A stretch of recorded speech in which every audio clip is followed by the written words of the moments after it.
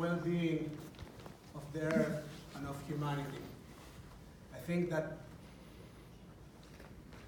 tikkun olam, the idea of fixing the world, of rectifying the world, of making this world a better place, was born right at the moment that the world was created. And I think that our democracy is one of the most wonderful expressions of tikkun olam.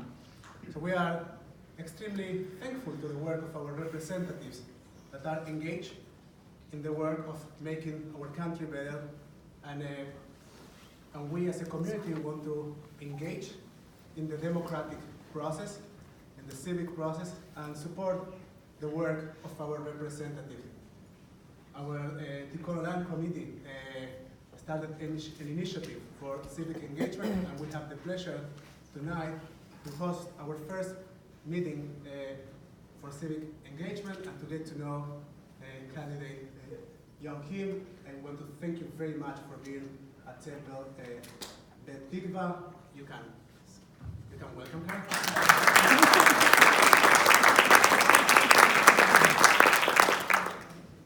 And our representative Ed Royce is sitting here, so thank you very much for being here.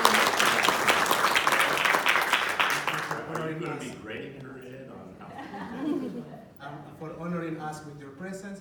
And this evening is going to be led by Mitch Goldberg, Judge Goldberg, so thank you very much, Mitch, for leading this evening. I will handle to you the microphone. I'd like to take a moment to introduce a little bit about the background of Young Kim. I've advised her I pulled it from Wikipedia, and she said, that's good enough. So I'm going to go over a couple things that are in there that we discussed about. Young Kim was born in 1962, and she is here with her family who came from Korea. She was born in Korea originally and immigrated here shortly thereafter. She graduated from USC. I'm not going to go into what she did as a kid because I don't think that's our issue for today. Right on. She did a little bit of private work, private industry work, and then very soon thereafter, Ed Royce, who has been our congressman in the 39th district forever, and worked with him for 21 years. That just gives you an idea. When she then went on to sit in the state assembly from 2014 to 2016. After 2016, she began looking around to see what else she could do besides working with Ed. She decided to announce her position in 2017 to run for the Orange County Board of Supervisors. But when Congressman Royce decided to say enough's enough, for whatever reason, and retire, maybe age gets to us after a little while. Term limits for committee chairman. All That's right, the problem. okay. Having to move on. When that was decided, Young Kim decided that she would throw her hat into the 39th district elections for this year. So, without further ado, it is my absolute pleasure to introduce to you from a formal standpoint, Young Kim. But before I do, I want to lay out to you the format for tonight and what will be happening on Monday with whoever the moderator is going to be that night. Number one, questions were presented to the temple. We've worked through them to make sure they're phrased in neutral terms and not political terms, because we look at this as an educational opportunity to understand where our two potential congresspersons present their thoughts and feelings and philosophies on a variety of issues. Those issues will be discussed both tonight and on Monday. We had a total of really 7 heavy-duty topics. We don't think we could cover 7. We picked the first 4. She picked the 5th. Should we get all the way to 5 topics? And I hope we'll hold to the same format on Monday. That'll be up to the moderator who's going to do Monday's session. So without further ado, other than that, no speaking out. This is going to be a question and answer where I pose the questions. I'd like to call upon Young Kim to say hello, and then we'll start asking some questions. I'll stay here at the podium. That way I have a microphone and our moderator has a microphone too. But I do want to thank Rabbi Nico and Judge Goldberg for inviting me to this session and the opportunity to talk to you, and you having the opportunity to get to know me before the critical time comes on November 6th. But before that, I think you will have an opportunity to get to know me, ask some questions that will be posed, and then so hopefully you will get to know me better tonight. But the introduction talked about when I came to the United States, but I was born and raised in South Korea, and my family decided to come to the United States to realize the American dream. I was born shortly after Korean War, and so it would have been very difficult for us living in that war-torn environment for my family to provide the educational opportunity that all parents dream about. I was the youngest of 7 kids. So when my parents decided to come here, they were already over the age of 50, and they decided to come, and we settled first in the island of Guam.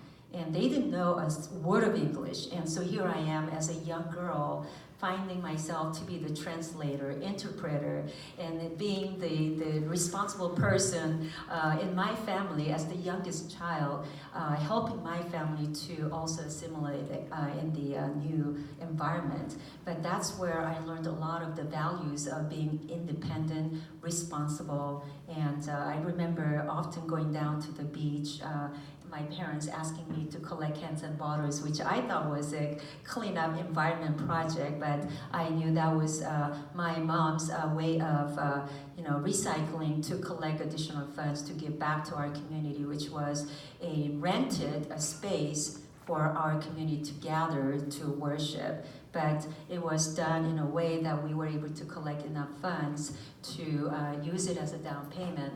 And we're very happy to be a part of establishing the first Korean American Presbyterian Church on the island of Guam. And that's how my immigration story began. After I finished my junior high on the island of Guam, I went to Hawaii and finished my junior high school there. And I came crossing the Pacific Ocean to come to California to attend USC. And so I got my undergrad education there, and I also graduated not only with a college degree, but also I met my future husband, Charles, and so I got married immediately after I graduated, and we've been married very happily for the last 32 years, and between the two of us, we have 4 grown children. 2 of them are married, 2 are still single, but they are very much supportive of what I'm doing. My kids no longer are young enough, so I don't have to rush and run after them. No longer do I have the responsibility of packing their lunches or, picking up, going after little kids, right? So I'm very, very happy that I have this opportunity to do what I do today after having worked in the private sector for a long time, and I had the opportunity, as was mentioned, to go and work for great representative like Congressman Ed Royce, where I learned great leadership abilities and opportunities to serve the public, as I have done for over 2 decades. And then I had the opportunity to run and represent you in Sacramento as a member of the California State Assembly. And now I have the opportunity to run for United States Congress. Now, if you're talking about American dream, this is American dream. Who would have thought 40-some years ago, when my parents decided to come, that their youngest child would be running for United States Congress? America provides so much opportunities, and we worked hard to achieve our American dream, and I am living it. So ladies and gentlemen, I'm telling you, if I can do this, anybody can do it. Okay. So with that, let's go into the questions. All right. The very first topic Yes. deals with the issues, a variety of issues of economics, from poverty to taxes to deficit spending. And so the first part is going to deal with poverty. Poverty remains widespread within the American society, especially in urban areas such as Southern California. 40 million people continue to live below the federal poverty line. Many of them are children, many of them are food insecure. Our temple is very involved in supporting Pathways Through Hope and other needs for people who live in a food insecure household.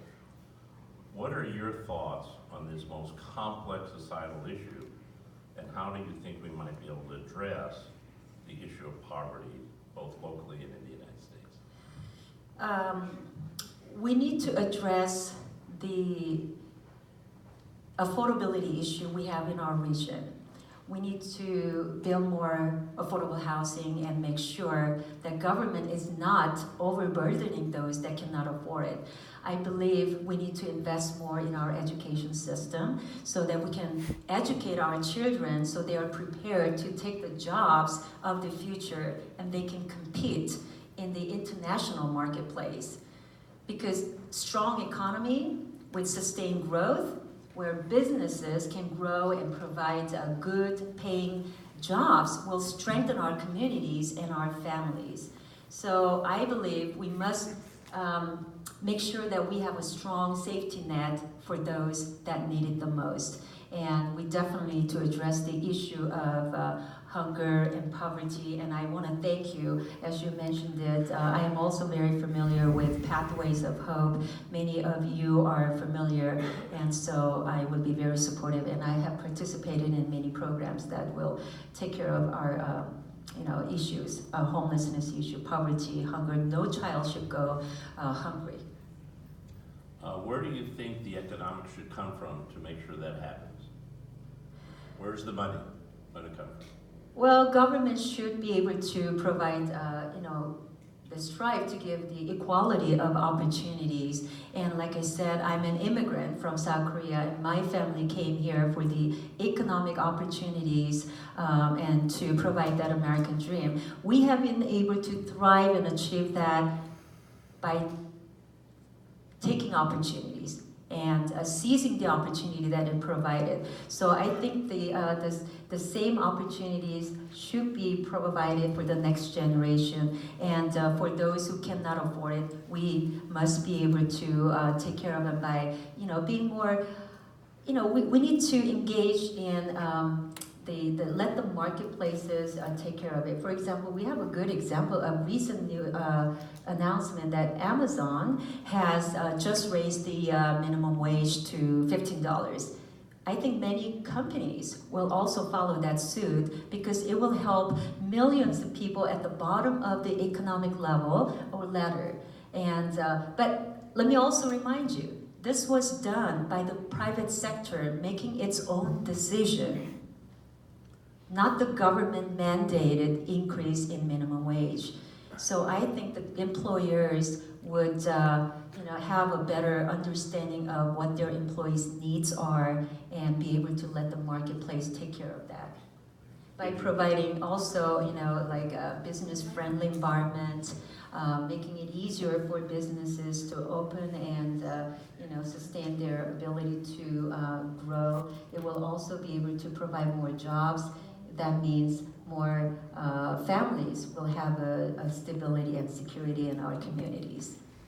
During this potential gap for what you're looking for, do you think government should continue or should start cutting back on entitlement type programs for food in the schools, nutrition after school events, and other things of that nature, because that brings in the issue of the tax question that's going to come next? Addressing the poverty, hunger is really a priority to me. As a mother, I raised 4 children, and I know how important that it is for a child's development to have a proper nutrition. So I will fight for funding for our local school nutritional programs, and then it will allow our children to have access to proper nutrition in our schools, especially in the Title I schools in our underprivileged communities. And we must make sure that we the SNAP and other nutritional programs are funded, so families and children will have the food they need. No child should go hungry, because that is unacceptable. All right, thank you very much. So let's roll that into the next part of the economics question. A lot of issues have been raised about deficit spending and how big our deficit is growing, and how do we start to work with it, whether it be through tax cuts, tax increases, a whole variety of effects on what we think might be the negative effect on future generations, along with what may be negative effects on the current tax bill, which will be another question I'm going to ask you as it affects our taxes here in California. She's been warned about all these things, so she knows.